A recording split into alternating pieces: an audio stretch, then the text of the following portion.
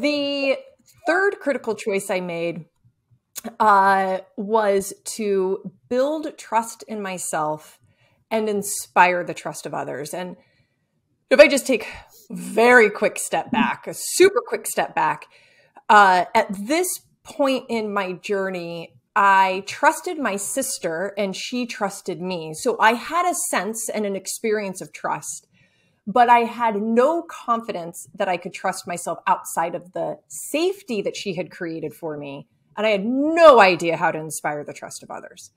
And so I went on my own little journey about building trust in myself. And I learned that if you do the little things great, great things can happen.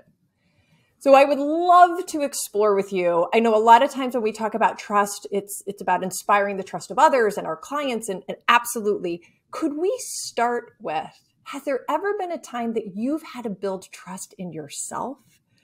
And then how did you do it?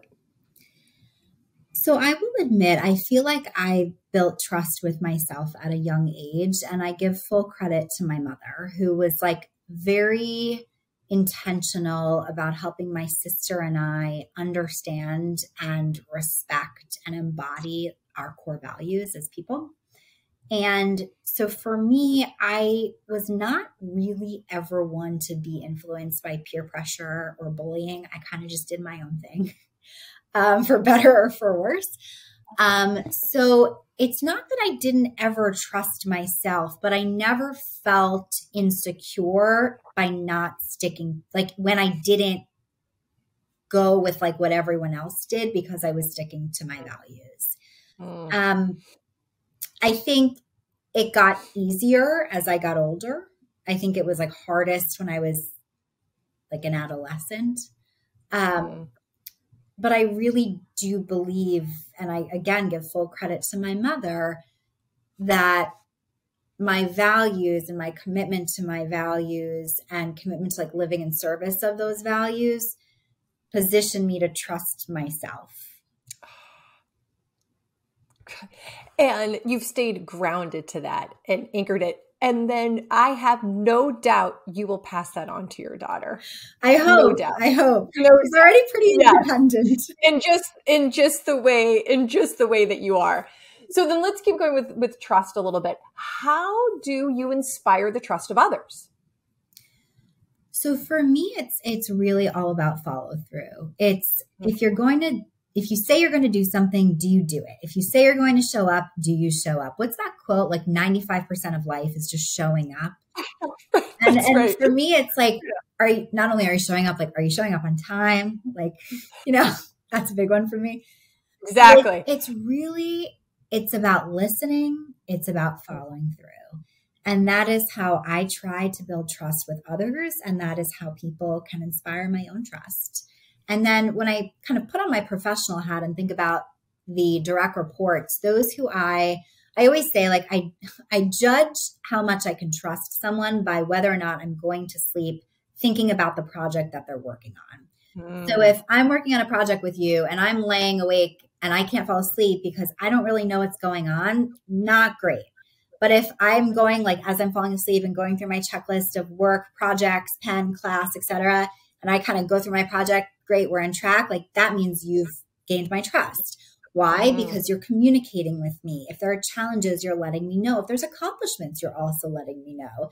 If you have questions, you're asking them. You're creating documents, you're sending them to me, you're integrating my feedback in a timely manner. You're just moving things forward and communicating that forward activity. And to me, that makes me have trust. And the other thing I would say too is what I've found, especially with new clients and new colleagues that I work with, is it's really hard to build trust without knowing one another personally. And so the advice that I actually recently gave to a colleague who's working with a client was, how much time are you spending in your 30-minute check-in, like getting to know this person beyond just like your to-do list?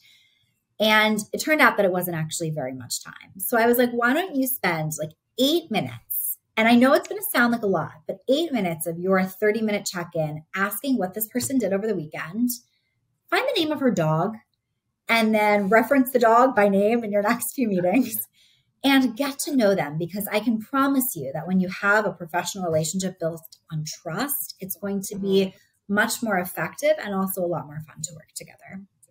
Oh, I think that example, first off, every single one of my clients that's listening to this can take that example and run with it. You know, my professional, the professional teams that I work with, completely like creating that environment of that professional connection. And so I love it. 8 minutes of the 30-minute one-on-one. It doesn't need to be 8 minutes in a row, but let's infuse it a little here, infuse it a little bit there. I think that's awesome. Thank you for that, like, applicable advice. Can somebody earn your trust back? It's a really hard one. I mean, I'd like to say yes, but I don't know. Hard. I'm still deciding. Yeah, it's probably a better question is probably how is it easy or hard to earn your trust back? Yeah, I mean, I think it goes back to when we make mistakes, right? Like the greatest show of character I believe is after you've made a mistake, how you rebound from it. And like, I'm the first to admit when I make mistakes, and I made like a noticeable communication mistake like about a year ago. And it was like not intentional. It was just like an oversight. And I remember I was like really kind of upset that I made that mistake. And I feel like I went like 10 out of 10, like it's not going to happen again.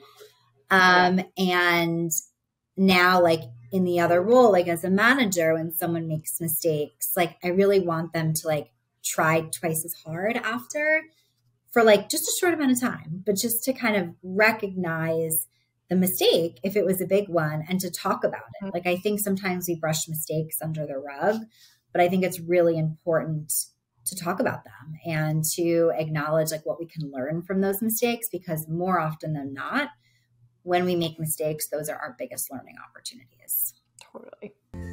Thank you for joining me for our Choose and Become interview series. You could find this episode and others at trishkendall.com. Just go to trishkendall.com/choose-become-interview-series. Or if you have a question or just want to leave a comment, email me, trish@trishkendall.com.